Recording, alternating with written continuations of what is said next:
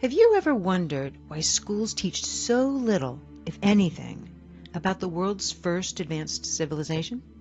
Especially when it introduced so many things we still use today. Why the mystery around Sumeria, which was in Mesopotamia and what's now modern-day Iraq? After all, here are just some of what they gave us. The modern calendar, based on lunar cycles, the 60-20 counting system used for geometry and measuring time, the wheel, the plow, irrigation systems like levees and canals, sailboats. They even spoke the first known language.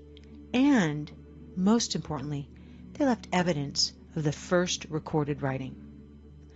That's a lot of intelligent contributions to humanity. So why aren't we taught more about this clearly advanced and influential civilization? Well, connect the dots and you'll discover why the omission could be deliberate. Sumerians were accurate in creating many advanced systems, yet we dismiss their history of man as mere mythology. And why is that? Well, if we gave the same credibility to their written history as we've given their inventions, we'd be teaching a completely different version of our origins. And we'd be thinking a lot more about what our future may hold. So let archaeologists continue to debate the history and evolution of man. If you go to the source, here's what the first civilization ever to record history revealed about our past. In 1849, a British archaeologist discovered 14 tablets in Sumeria. To date, these are the oldest known writings, and they date back to the 24th century BC.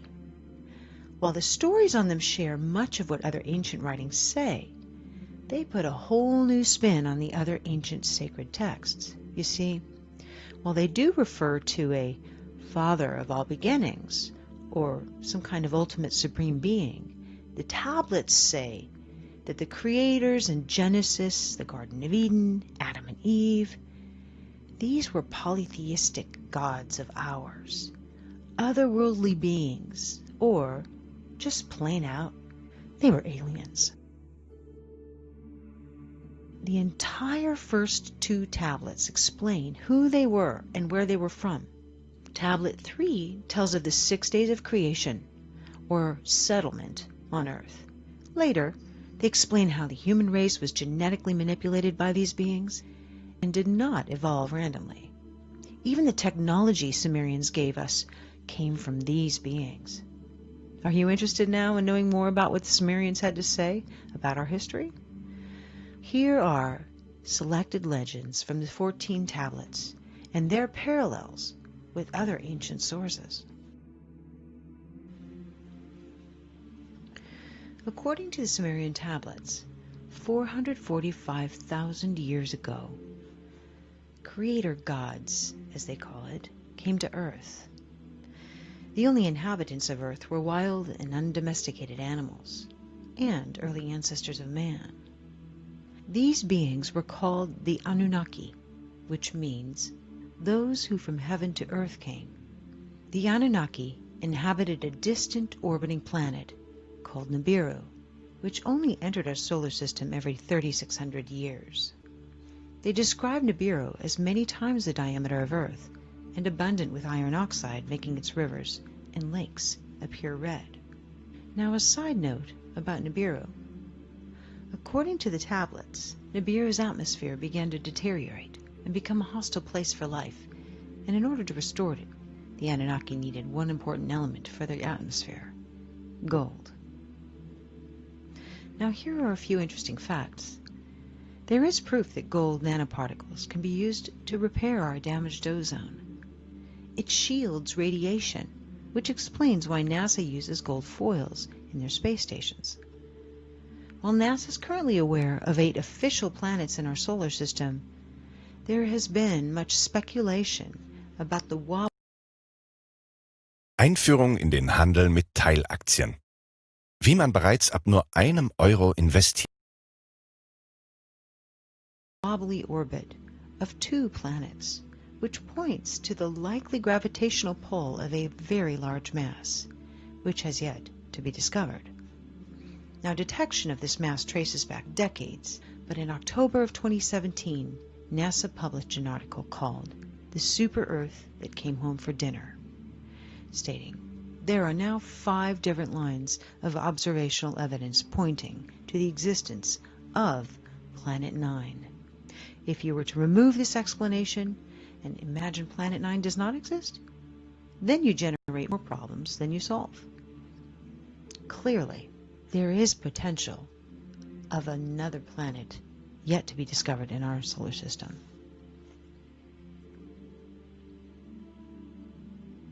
Now, when the Anunnaki arrived, they were capable of living lives that spanned hundreds of thousands of years.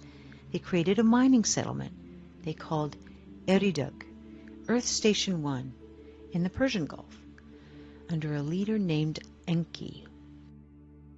The tablets convey, "After a kingship descended from heaven, it was in Eridug."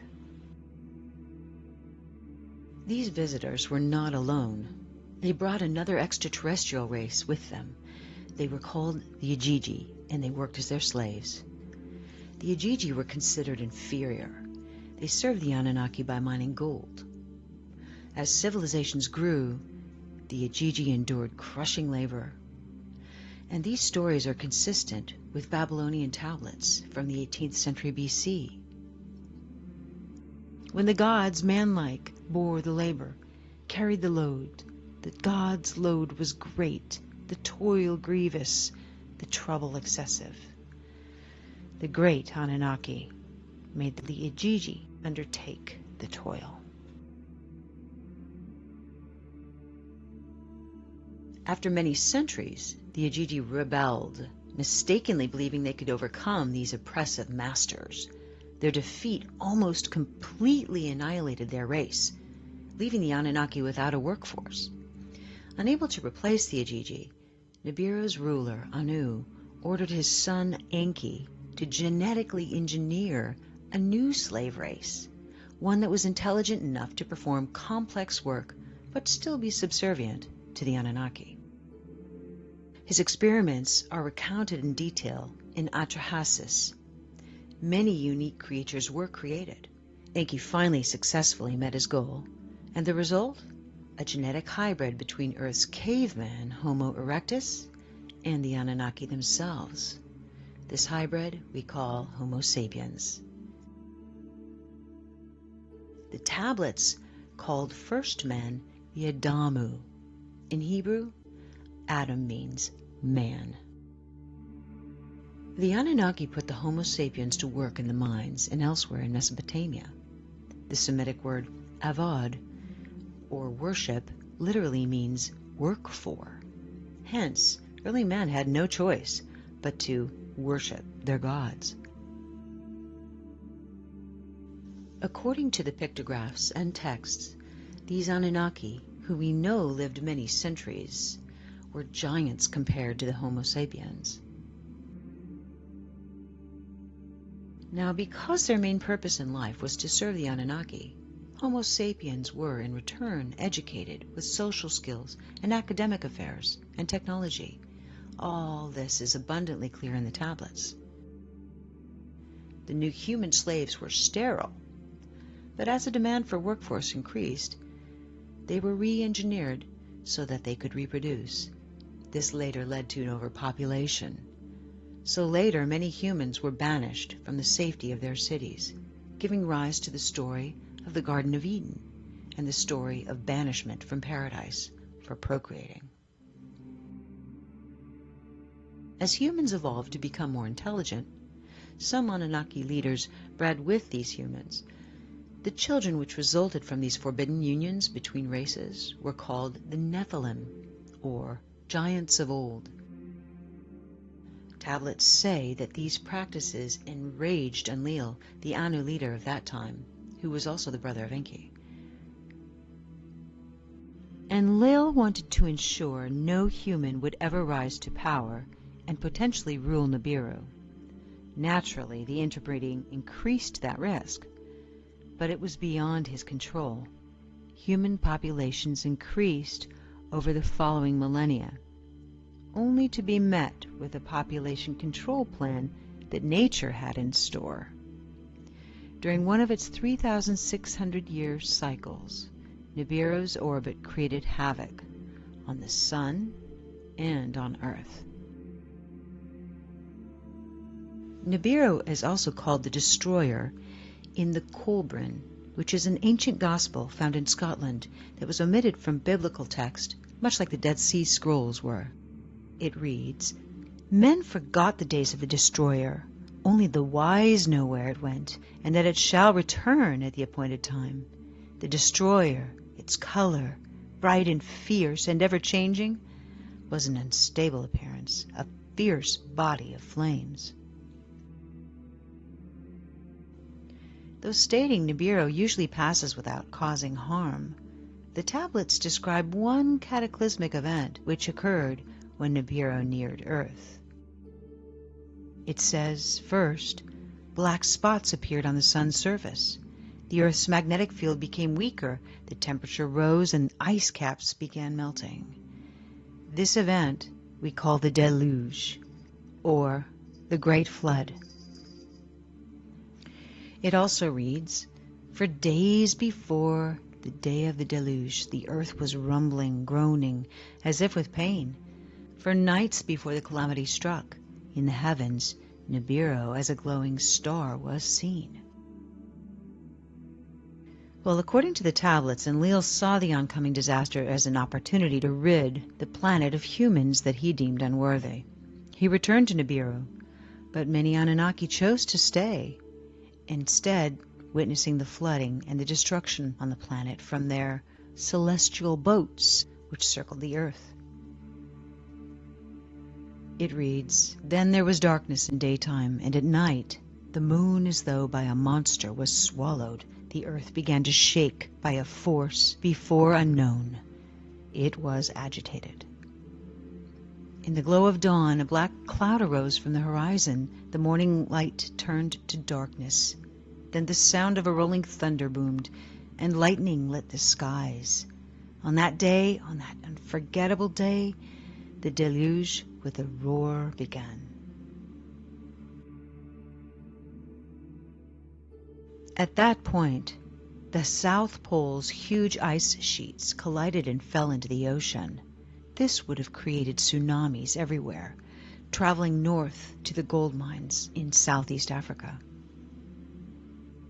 The tidal wave continued north until it reached and submerged the city of Eden, one of the first Anunnaki settlements on Earth, now located somewhere at the bottom of today's Persian Gulf.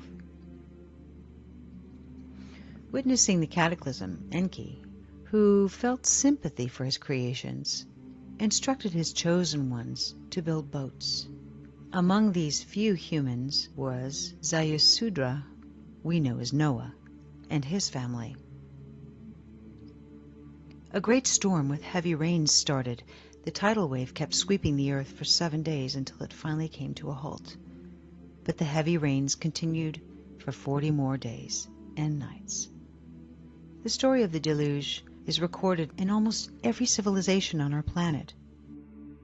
Core ice samples taken from Greenland and Antarctica illustrate that at the height of the last ice age, the sea levels were 425 feet lower than they are today. And, more importantly, there is a clear indication of a rapid sea rise. After the deluge, reconstruction of a new spaceport began. The text describes how the Anunnaki made their buildings according to the position of the stars. It reads, "Let the heart of the plane, the heavens, reflect." Once Enki to this agreed, Enlil from the skies of distances took measures. Indeed, the pyramids, now questioned to be much older than originally determined, and many other ancient monuments are, in fact, aligned to the stars.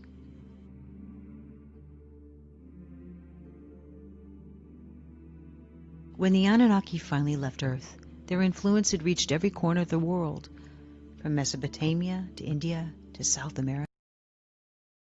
Was können wir machen, um nachhaltiger zu leben? Ich benutze gerne wiederverwendbare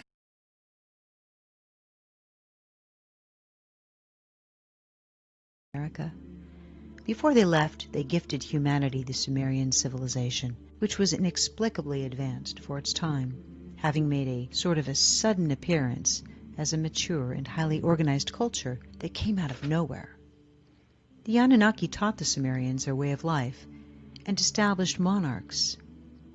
Now here's where it gets interesting. The kings would act as their emissaries on Earth and rule the people according to ancient principles.